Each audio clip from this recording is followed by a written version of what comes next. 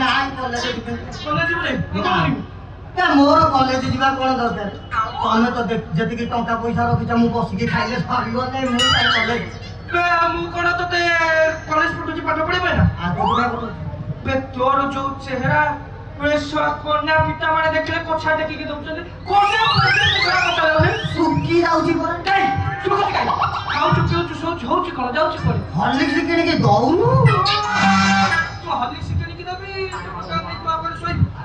ମୁଁ ତତେ କଲେଜ ପଠଉଛି ଏଇଥିପାଇଁ କଲେଜରେ ବହୁ ଭେରାଇଟିର ଝିଅ ଆଉଛନ୍ତି।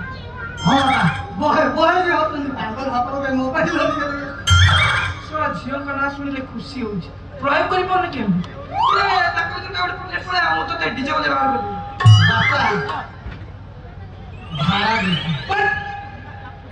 ଝିଅ ନାଁ ଶୁଣୁଛୁ ତ ଝାଡା ଲାଗିଲାଣି। ଆଉ କଲେଜ ଝିଅ ସେଦିନ କଲେଜ ଝିଅ ମୋର ଯୋଉ ଅବସ୍ଥା କରିଛନ୍ତି 3 ମାସ ହେଲା ମୋ ରକ୍ତ ସମ୍ଭାଳି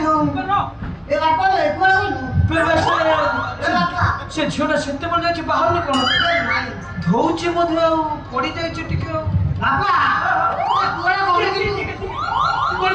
କାମ କର ଏମିତି ଏମିତି ଏମିତି ଗୋଡ ଯୋଡିଦେ